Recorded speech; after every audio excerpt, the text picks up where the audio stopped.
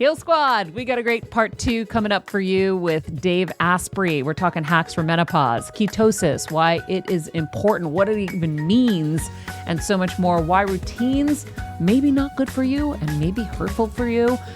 The real reason coffee is dehydrating. This one blew my mind. I had no idea. And the solution he has for it, and so much more. I hope you enjoy.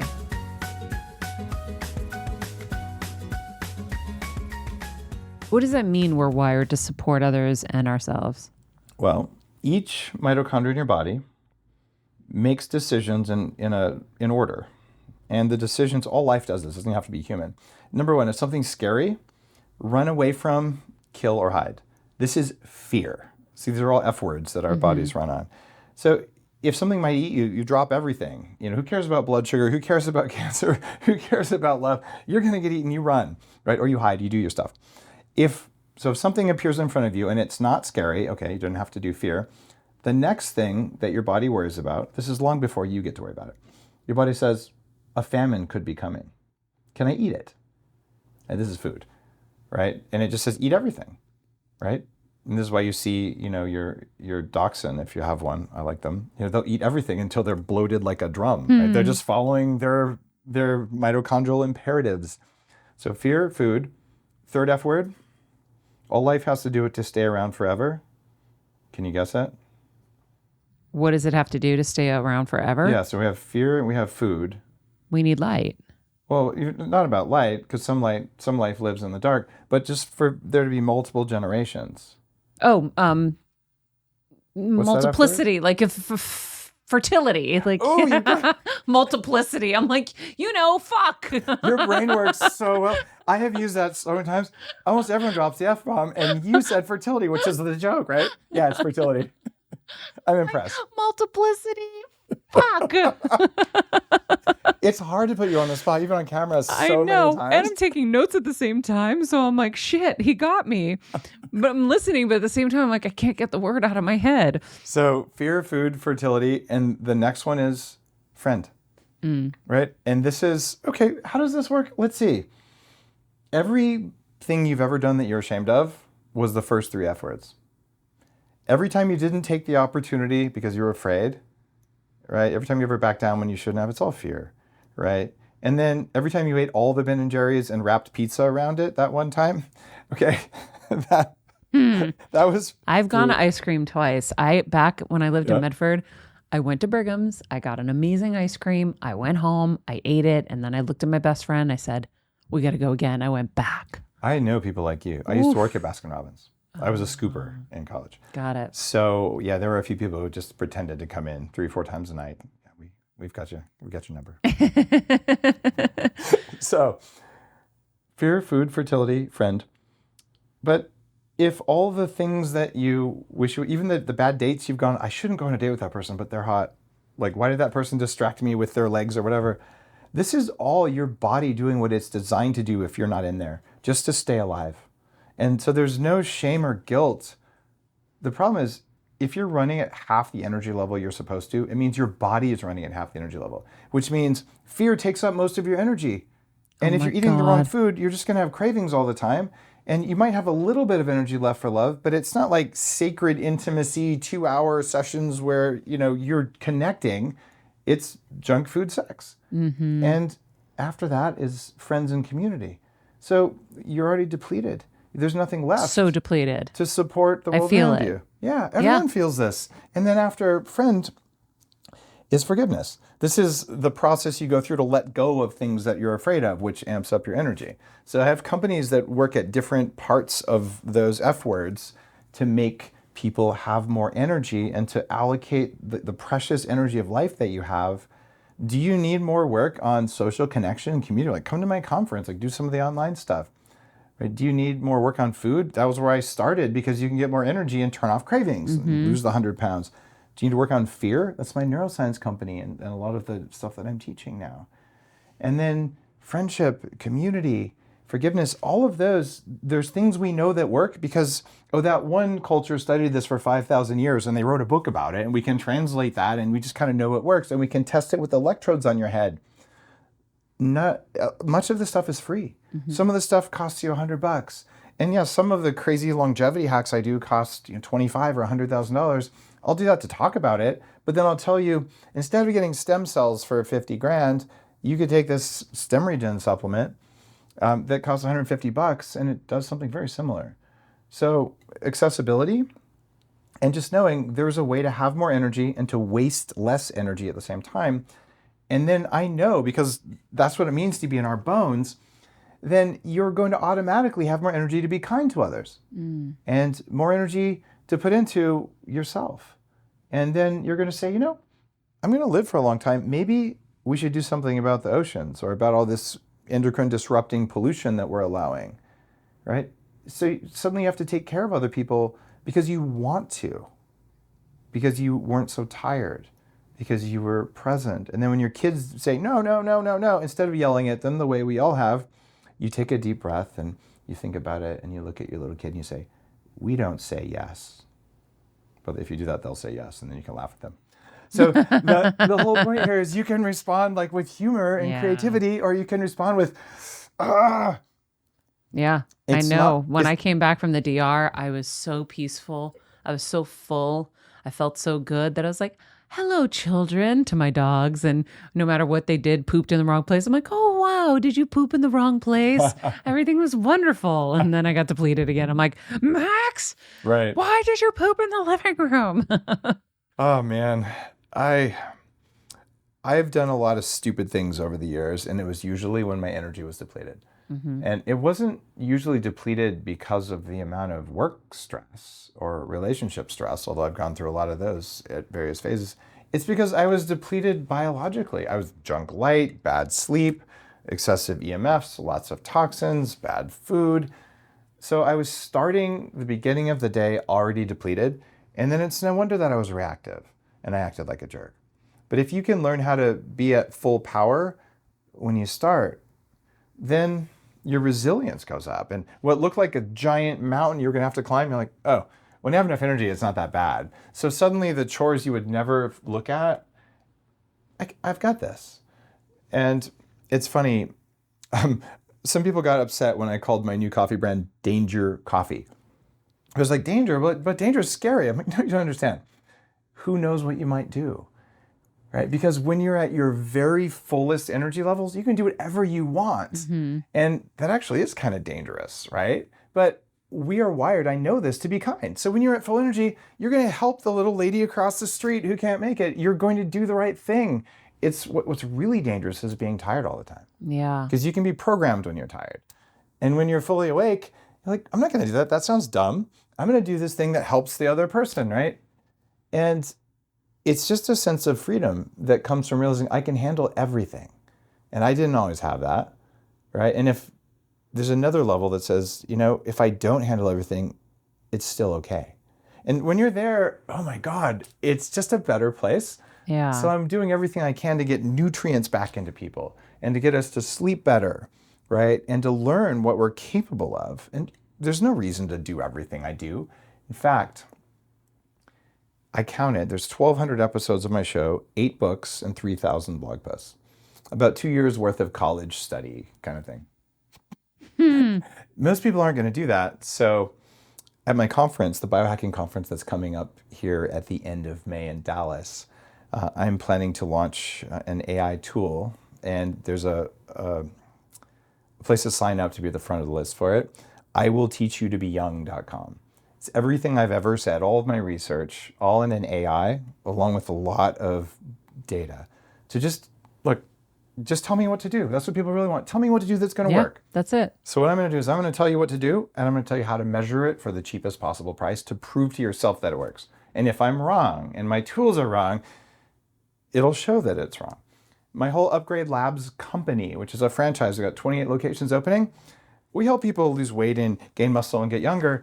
But we do it because you come in and we do a medical grade scan. That's a part of your visit. And either what we did worked or it didn't work. What happens if it doesn't work? Then we change your protocol using our AI. And what's interesting, my girlfriend, because I have that same scanning technology at home, the medical grade stuff and all the upgrade labs equipment. So I said, why don't we just put you through our own little miniature upgrade labs in the living room and the guest room that are taken over with weird technology? And she says, all right. So in 6 weeks, she gained 3 pounds of muscle and lost 5 pounds of fat, right? And she's 43. 3 weeks. Didn't have to work very hard, right? But that's a substantial shift In a without small any amount of pain. time, yeah. Yeah. And my exercise regimen today, based on the upgrade lab stuff and based on all this AI, how much would you guess I exercise? Like, I'm reasonably lean and stuff. Yeah, you got pythons going on. You're Yeah. like Hulk Hogan over there now. It's ridiculous, to be honest. So how often do you work out? I mean, 4 times a week? I do 20 minutes a week. What? It's that there are certain types of exercise that so dramatically stimulate growth that you can have the muscle mass you want without a lot of work. Does it have anything to do with the testosterone you take? It always has something to do with testosterone, but my levels are at healthy levels for a 30-year-old. And since I identify as a 30-year-old, that seems okay, right? People can identify as anything now, so yeah. My lab tests say that I'm about 39. Okay. So I could claim that. But the reality is, anyone who's male who's not on testosterone today is testosterone deficient by definition, because we built an environment that has endocrine disruptors that disrupt testosterone. And women, it's not like testosterone isn't just as important. You have more testosterone than estrogen, believe it or not. So if your testosterone is low, the same thing happens that happens to men. It's not about getting jacked. Testosterone is the hormone of desire. It's desire to have energy. It affects dopamine in the brain. Mm-hmm. Do you want to show up for your family? Do you want to show up for your career? Do you just want to show up for yourself? And do you feel motivated, or just want to lay on the couch and play video games? Testosterone does that. But isn't it a synthetic hormone that could also help encourage cancer if there are any cells in there that are happening? Bioidentical testosterone is not a synthetic hormone. Okay. A lot of the fears about hormone replacement therapy in men and women came from the 70s and early 80s, where they used fake versions, synthetic versions of these compounds, right? And they said, well, therefore it causes cancer. Like, newsflash, fake meat causes cancer. Real meat is not the same as fake meat. The fact it says meat on the front doesn't matter. It's not the same. Well, it's the same with hormones. It says fake testosterone or synthetic testosterone versus bioidentical. And at appropriate doses, and in my book on longevity called Superhuman, I've got dozens of references from men and women that show that replacing hormones as you age with identical hormones is protective against cancer, heart disease, diabetes, all the things. And for women in particular, the earlier you start hormone replacement therapy, bioidentical, not the synthetic stuff, the lower your risk of cancer, Alzheimer's, and other degenerative diseases. Is it safe for people who have had cancer? You need to talk to your oncologist about what kind of cancer it is. The areas where you would want to be concerned is if you have a cancer that is specifically fueled by a certain hormone, then you would look at it. But honestly, cancer doctors are not hormone experts. I know. That's why I'm like, you don't really know who to ask. I would trust a functional medicine longevity doctor with 20 plus years of experience before I would trust the cancer person to talk about the pros and cons. So I have a friend who had prostate cancer. And he's saying, my testosterone levels are 100. He goes, look at me. And he's got, the floppy belly and man boobs and like no muscles. And he's like, I hate my life. Like I miss having testosterone. Like my levels are like, I've been neutered. And of course, no sex drive. And of course, no drive to have a career or make a difference in the world, but maybe a drive to sit and watch TV. Like low testosterone is not a happy state for any human. So he's saying, but I'm worried because, they say if I raise my testosterone, my prostate cancer could go up. Well, did the doctor said don't use testosterone give a crap about the quality of life or how long it was going to be?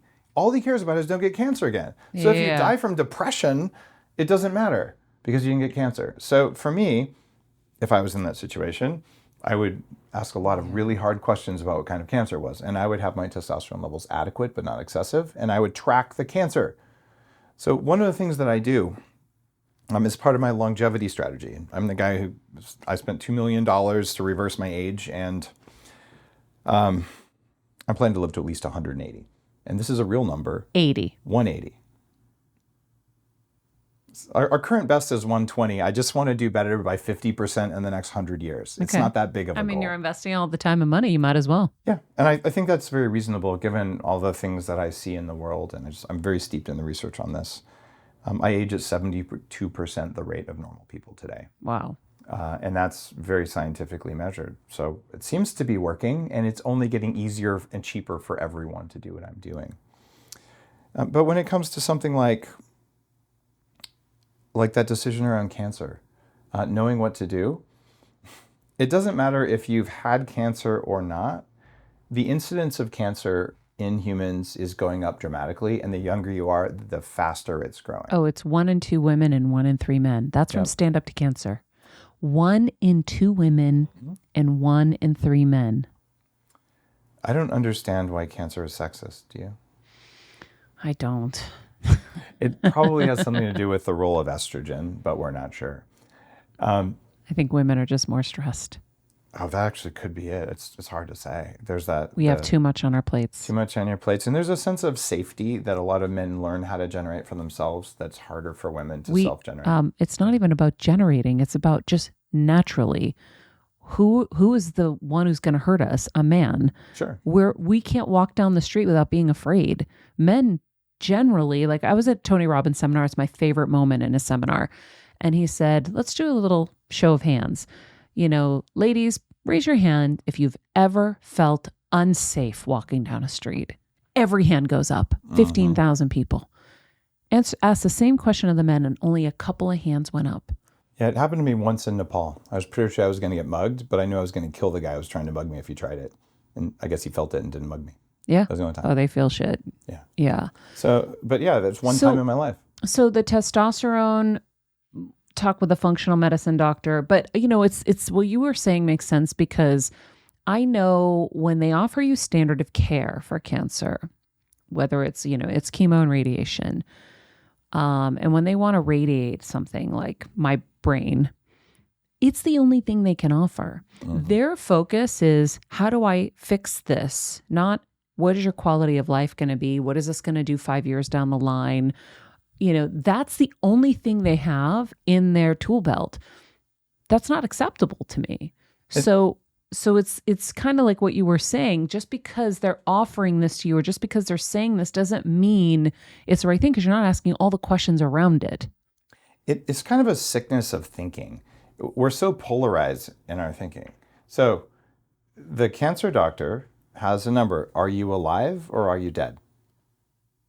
Now, it's kind of a slider switch. We've all had days where you're so fully alive and it's a peak experience and it's just amazing. And we've all had days where you kind of, I wish I was dead. I'm so hungover. I just feel like crap. And you're sad and things aren't working right. Those are the same day, as long as you're not dead, if you're looking at it from the cancer doctor perspective. And I say this with respect. I have cancer doctors who are friends, cancer doctors who come on my show, mostly mitochondrial oriented or fungal oriented cancer doctors, but still, right? So the stats, though, that they are paid on, their success stats are, did you die? And if you live in a cast hanging upside down from the ceiling with tubes in all your holes, they don't care. I know. Right? Actually, they do care, but the statistics don't care. Yeah. So we've got to fix that, where it's, do I like my life? Right? Do I create a life that is worthy? And that comes to getting over fear of death. Well, and it goes back to what you said in the beginning, too. It's community. It's your nutrients are coming from all these things. So being happy is creating a nutrient in your body. Yeah. It takes away stress. There's all those other things are also creating cancer if those aren't tended to. Yeah. You said something else that ties into this that I didn't think we'd get into. You talked about how at Tony's event, every woman in the room raised their hand and said, I didn't feel safe when they were walking. But all those women have felt safe when they were walking. And when they felt safe? When they had a healthy relationship with a guy who was happy to fight for them. So maybe having healthy relationships and healthy intimacy is tied to our stress response, which is tied to our cancer response, which is tied to everything. And that's why so much of biohacking is around, let's generate our own feelings of safety. Let's generate our feelings of being nourished, of being loved, of being connected. And when we get those things going, each one of those, there are things that we know work better than others. So there's just best practices. And when you have that laid out, you just realize, wow, I've got some energy left over now. And it gets so much better. And I think we can make it so that women do feel safe. Because when you fix our society, it didn't used to be nearly as bad as it is now. Yeah. And there used to be a time where all of the men would come and run to help if there was a problem. And that's what we're supposed to do. We're wired to do that because in our very, very life, we help other humans. Yeah. Do you know what happens now? They won't do anything because they're afraid of getting sued. Well, not only just that, they pull out their cell phone and they film it. That's pretty horrifying. Think about every horrible thing you're seeing. Someone's filming it instead of helping somebody. Yeah. I had Laura Logan on my show a while ago, had some same thing, and really horrible stuff happened. And so if you're listening, guys, don't pull out your cell phone. Throw your cell phone at the bad guy. That's oh my a good God. strategy. We were in Finland. We did this, oh my God, what are the Northern Lights jet ski thing? Not jet ski, snowmobile thing. Wow. And all of a sudden, everyone comes to a screeching halt and we hear screaming. And Kevin and I can't get off ours fast enough. And we're running towards wherever the screams are coming from. And we see the snowmobile had gone into a gully, tipped over. And we thought it was this family with the baby that we were driving with. Everyone just stood and watched. And he literally lifted this thing himself, no one helping. I hoisted up the child. I thought was a smaller child. It was actually a bigger child. And adrenaline just helped. And I'm holding the baby because he didn't realize that as the snowmobile was flipping, the leg was going to get broken. So I grabbed the kid and everyone's freaking watching. I'm like, could you just freaking help? What's wrong with people? Nobody helps anymore. There's nothing wrong with people. What's going on there is Lieutenant Colonel Grossman, one of the wisest guys I've had on my show, wrote a book after studying SWAT teams and special forces for his entire life. He's a psychologist, psychiatrist. And he said, look, 90% of people are wired to run away from the fire, and 10% of people are wired to run towards it. Yeah. It's in our bones. It's part of it. And in a society, if all of us we ran run to help, too. Yeah. then it wouldn't work. It would just be a traffic jam. And then some of us wouldn't survive if it was really a disaster. So Mother Nature is very creative in giving us different personalities and different predilections. And in this case, you guys are the ones who are wired to be the helpers. Not everyone's going to be a helper, and that's okay. But you can still be kind and don't be the one filming. Right? Yeah. Yeah. But that's what's happening. That's what happens. Friends, I have to thank our supporters of the show really quickly. Macy's, of course, has been with us a really long time. Summer's almost here. I'm sure you guys have your vacation plans ready. Mine are starting to form. I'm liking packing light when I go overseas because I don't want to have to check a bag if I can, because everything gets lost or has been getting lost for me on my last couple of trips. Check out their amazing things. They have so much stuff on there for vacations, backyard vacations, staycations, whatever you guys are going to do. You can shop their summer must-haves like summer dresses, wedges, straw bags, so much more. Macys.com/own your style. Go to that site. They have everything you need for summer vacations. If you need some inspo on what to get, you can head over to my Macy's wish list, which is in the podcast description with all my favorite finds in there. Let me know what you end up with. In the meantime, we also like to stay healthy with our nutrients. And Dave also loves pistachios. So guys, if you have never tried wonderful pistachios, I think this is the time. They're a staple in our household. We keep them stocked in our carry-on bags and our glove compartments, literally everywhere. Sweet chili, wonderful pistachios have been my go-to ever since I discovered them, but I also love salt and vinegar and so many of the other flavors. What makes them amazing, aside from polyphenols. I don't know why I'm never going to get that right, but polyphenols also all over these. Each 1 ounce serving has 6 grams of protein, so that's amazing. Check out wonderfulpistachios.com to get yours. You were mentioning, and I'm going to check my blood sugar as we're going because I think it went higher than the high alert. Holy moly. Where is it? We don't want to know right now. I want to know. It went to 303. What the heck? You had a lot of juice. I had a lot of juice. I panicked. I was at 44. Hey, do you have any ketones present at the same time?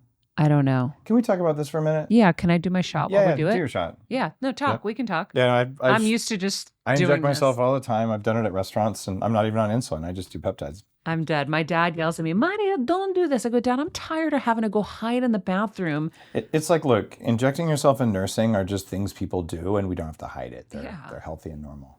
Okay. So when I started the whole bulletproof diet, this is a major book. People lost a couple million pounds on it. I was one of the first major voices saying ketosis is useful. I have never recommended being only in ketosis. This is a really useful thing for people. Explain ketosis. This is a period where you don't eat any carbohydrates and you eat a lot of fat, not too much protein, and your body switches over to burning fat. That's keto. It's keto. You can burn fat really quickly with it, and your brain really likes it. So the problem is that when you do it and you're burning only those things, it is biologically stressful. So you can do it for a week, you feel great, you lower your risk of all kinds of metabolic diseases, but then you need to eat some carbs so you can go up and down. I stopped carbs and got off all insulin. Yeah. I got off I did no carbs like at all, but that also meant no sugar. I wasn't getting any glucose, which your brain needs glucose, and I didn't realize your liver needs glucose. And guess who had all these liver nodules? And so, yeah. Being carbohydrate free for long periods of time is very stressful and not good for you. So what I did though is I taught people you can use MCT oil, C8 MCT. Yeah, that's what you did in the bulletproof coffee. Exactly. Okay. Well, you can pour it in your salad dressing, your smoothies, pour it on whatever you eat. It's an invisible flavor. It makes your body have ketones. Ketones are a backup supply of energy, just like glucose in your blood.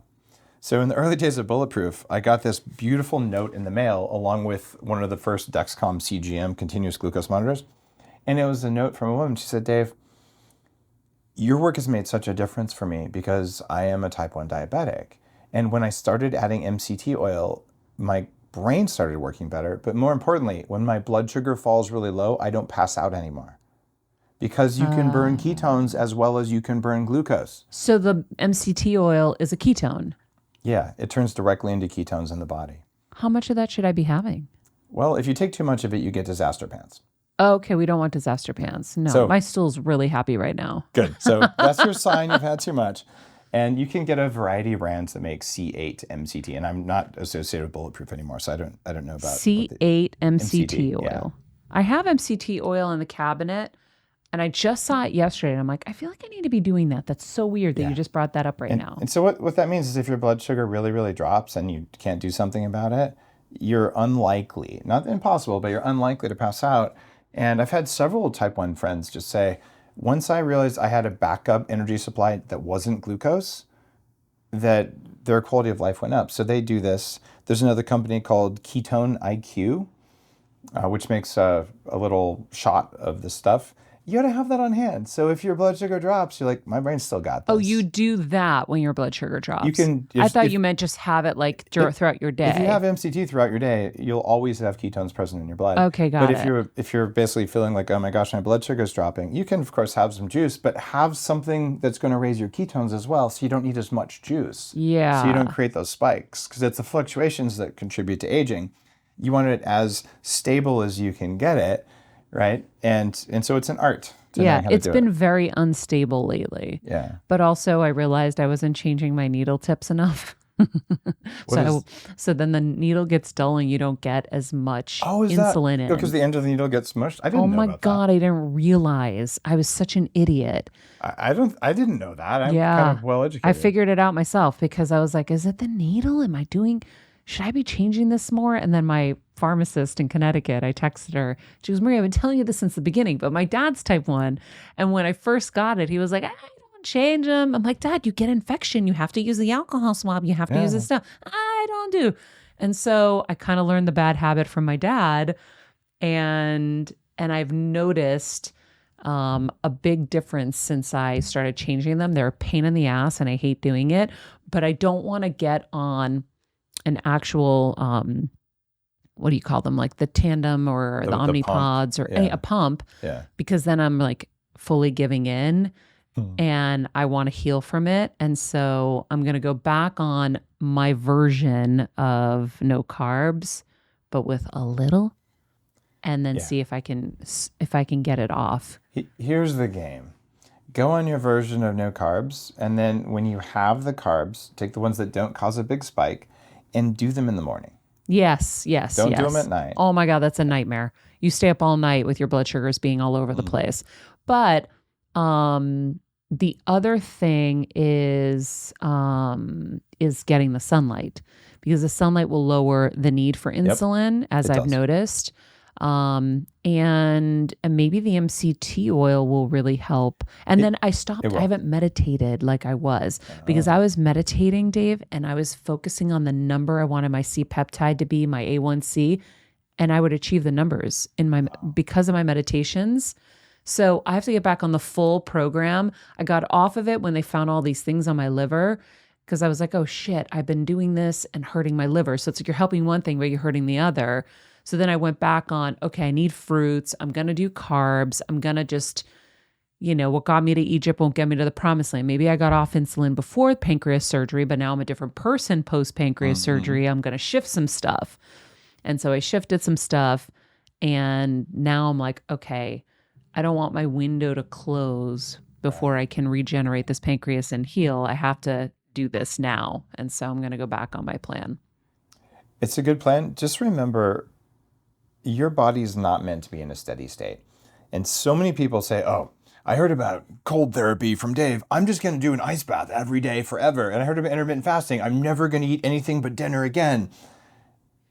And like, just because something's good doesn't mean more of it's better, and doesn't mean you should do it every day. It's the right dose for you today, given where you want to go. That's why I'm using AI and all that stuff to help guide people into these. But understand that you can be 20% off in one direction, not having too many carbs, say the next day, 0 carbs. As long as you're drawing a little wave back and forth, your body loves that. But it's the rigid doing the same thing the same way every single day. Yeah. Almost everything you can do every single day at exactly the same way should vary. Based, I didn't sleep well last night. I'm going to eat more protein this morning. I slept really well. Maybe I won't eat for an hour. Wait, so if you haven't slept well, protein helps? Yeah, absolutely. Really? Why? Well, protein raises a compound called orexin. And orexin is a stimulatory, I actually don't know what orexin is.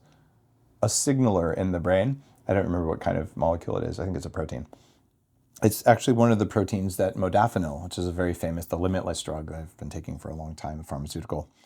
That stuff, it works. So protein is stimulatory of energy, and it turns off hunger. So the more stressed you are, the more your body needs at least 30 and maybe even 50 grams of high quality animal protein is really good. If you do that, and you have a small amount of carbohydrate, you're going to feel much better than if you wake up and say, I'm going to cold plunge and intermittent fast and then go lift heavy. Dude, you were already trashed by your sleep. You need to trash yourself in the gym and in the cold tub, right? Yeah. And I've learned so much because over the last decade of people coming into Upgrade Labs, and we have those technologies, but you have to be in the right place to do that today. So it's what's the stimulus that's going to make you the best you could be today? And sometimes it's the hot tub, not the cold plunge. And sometimes it's just meditating, or it's a technology that makes you meditate faster. The whole point is you want to be at a state of peace and power. And if the things you are doing dysregulate you and you think they're good for you, so you keep doing them, you'll move further and further away from peace, and you'll have less and less power. And so the kind of people I want to hang with are the most dangerous people on the planet, because they're fully powerful and they choose to be peaceful. And that's what we're supposed to do as we become adults, right? And like elephants. How to do that. Elephants, there we go. That's why I love elephants. Yeah. Wait, so I love what you're saying, and I think the Heal Squad's going to really love it, because I think that there's this idea that we're supposed to have this set routine. It's no way. And I realize, like, mine changes. Like, I'll go through a period where I'm doing this every day, and then I do something different. And so, like, right now it's trampolining and red lighting. But then today I saw the sun was out. I'm like, why am I going to go red light when I can get it from here? So I sat out in the sun. Just being malleable like that and having the permission to do that is really nice. Or like last week, we had had some really busy weeks. I'd been really exhausted, and non-negotiable, I'm up for sunrise, non-negotiable. But those 2 or 3 mornings after Athena's christening and guests from Greece, whatever, I still got up for sunrise, but I went and took a nap right after. And I was like, you know That's what? cool. I have to. My body is dying. I need to. Me staying awake now and thinking I'm going to take a nap later, which you know is never going to happen, I have to do it now. And so I did it. And I'm like, this isn't ideal. Technically, your circadian clock wakes up when you see that light and says, okay, it's morning. But then if you go to bed, aren't you fucking it up a little? You know, naps are a double-edged sword. If you need a nap, it's good for you. If you nap when you don't need it, that's not a good idea. And if you need naps every day, there's probably something wrong with you. So it's a very, very conditional answer. But if you wake up for sunrise and like 15 minutes later, you're back in bed, you're At least- screwing up your clock, right? I don't think so. At least you got the sunrise. If you needed more sleep, sleep is really important. And if you got 90 minutes of sleep after that, which is enough to do a sleep cycle, it could be okay. But this idea that, you know, we shouldn't be on a cycle and all that, there are cycles, and there are some things we repeat every day. Sunrise, sunset. There's things we repeat every month. The phases of the moon. And there's things we repeat every year. The seasons, right? Those are the things that change our behavior. So your behavior should be based on the environment around you, and the environment around you programs your behavior. All you have to do is allow the signal from the environment to come through. Like, very few people know this. And we all knew this before we had street lights and lights everywhere. Sorry, guys. Stupid freaking thing. They don't let you mute it with the insulin alarms either. I keep changing it. It's not happy. It wants me to go for a run. Yeah, sorry. Do some squats. Yeah. So what you're going to find is that if you open your windows and you don't have street lights coming in, good luck with that, on the day of the full moon and on either side of it, you probably won't sleep as well that night. But if you're still on your menstrual cycle, your cycle will sync up with the moon. So the women who are the most fertile and healthiest have their cycle tied to the phases of the moon. Well, do you just do that anytime staring at the moon, or it has to be full moon? It has to be the full moon and either day on either side of it. So the rest of the time you can sleep in darkness. Problem is, who has a house where you can get moonlight but not your neighbor's cheap-ass porch light? I know I stared at the moon. It was a full moon, actually. I didn't realize it then what the connection was, but I stared at the moon in the DR. And then the next day, my boobs got really sore and I got my period. Yeah. And I was like, wait, what is happening? There's nothing crazy about that at all. Women have always cycled with the moon. So are there hacks for menopause? There are so many hacks for menopause. A lot of them are in my aging book, Superhuman. And some of them are in my fasting book, which is called Fast This Way, where there's a whole chapter on here's all the studies for women. The reality is that there's a lot of evidence. If you go on bioidentical hormones at the beginning of menopause, or at least by the end of it, that it is protective against many of the diseases of aging. But going through a rough menopause, not taking care of it, and then waiting 20 years to go on hormones still has benefits, but you get way more benefits by being progressive about it. So the OBGYNs that I've interviewed and the hormone experts, and there's a lot of them in the longevity field, what matters most is cortisol, which is a stress hormone, and then the things that work against cortisol. And cortisol is not good or bad. Too much cortisol is bad. Too little cortisol is more deadly than too high of cortisol. So it just has to be in the right range. The things that protect a woman's body from the negative effects of cortisol and adrenaline, the stressful things, well, it's pregnenolone and progesterone, and to a certain extent estrogen. So all of a sudden you lose your ability to make some of these things at the same time you lose your ability to make as many stress hormones, right? Because that's part of what your ovaries were doing as well.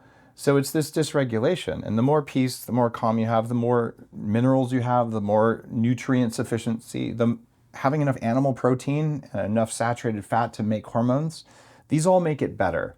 But then you can get the data. So you measure DHEA, pregnenolone, progesterone, estrogen, estradiol, and testosterone. You go through this list. That was a long list. Find a functional medicine doctor or a longevity doctor. They know how to do this. And then they say, okay, what's going on here? Oh, and maybe measure your thyroid too.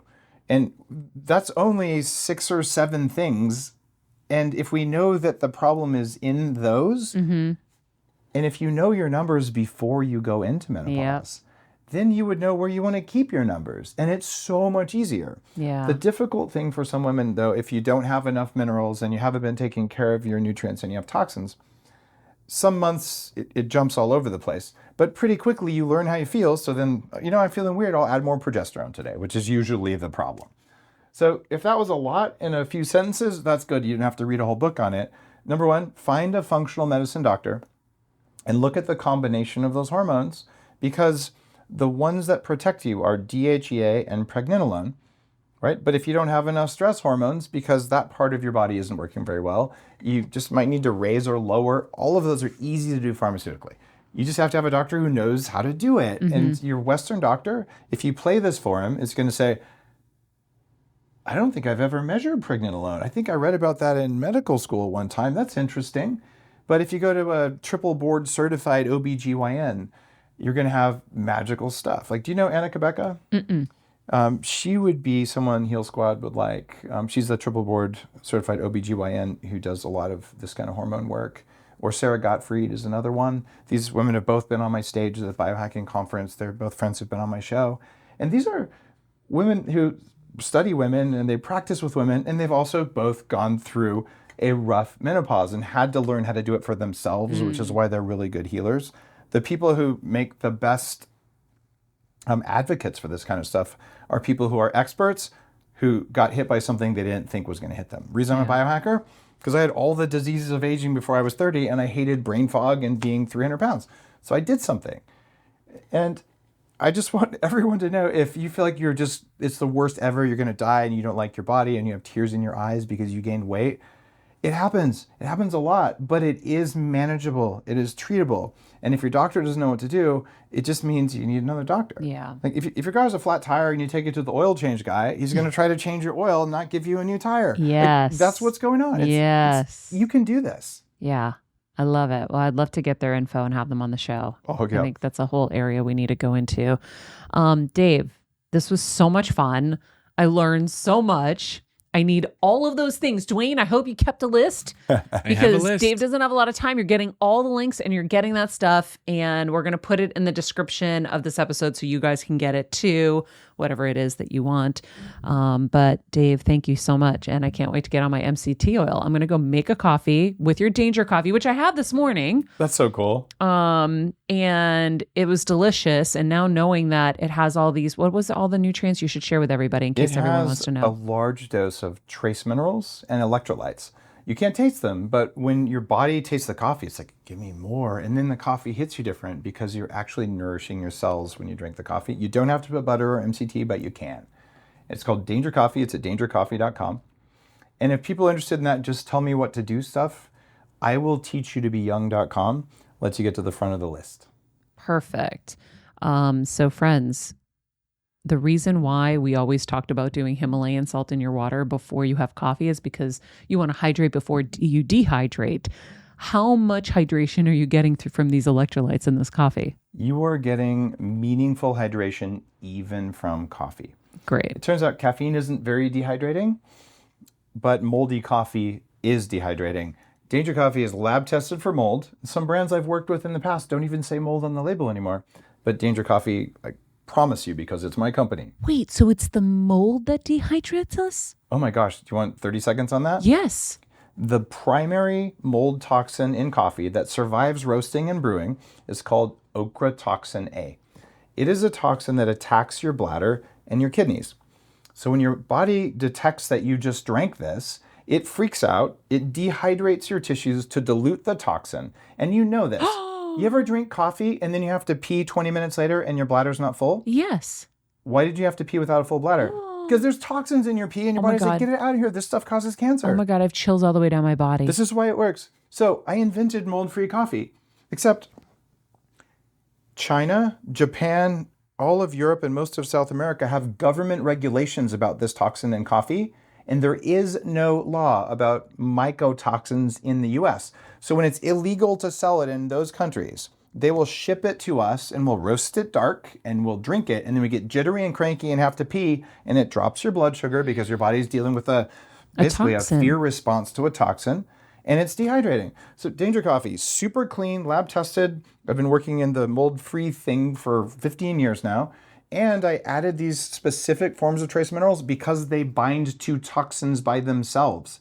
So it's like mineral-enriched, hydrating coffee that also helps with toxic load. Whoa. DangerCoffee.com. Yeah, I have it. It was in this. Oh, my Macy's mug. I just bought these clear mugs. I love those mugs. Those are great. I bought these at Macy's because they looked really cool. And I was like, oh, there's something satisfying about seeing your like latte in here.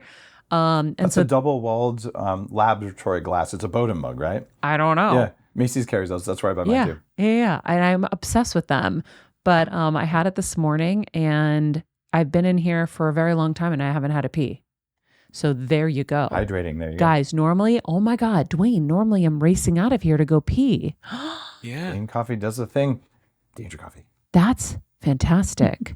Okay, cool. Well, there we go. Dave, thank you so much as always. And friends, everything will be in the description of this podcast, including the sites to get the coffee and his younger, what was it called? I will teach you to be young.com. I will teach you to be young.com. In the meantime, thanks for being with us. Be nice people, make good choices, and be present. This podcast and all related content published or distributed by or on behalf of Maria Menounos or MariaMenounos.com is for informational purposes only and may include information that is general in nature and that is not specific to you. Any information or opinions expressed or contained herein are not intended to serve as or replace medical advice, nor to diagnose, prescribe, or treat any disease, condition, illness, or injury, and you should consult the healthcare professional of your choice regarding all matters concerning your health, including before beginning any exercise, weight loss, or healthcare program. If you have or suspect you may have a healthcare emergency, please contact a qualified healthcare professional for treatment. Any information or opinions provided by a guest expert or host featured within website or on company's podcast are their own, not those of Maria Menounos or the company. Accordingly, Maria Menounos and the company cannot be responsible for any results or consequences or actions you may take based on information or opinions.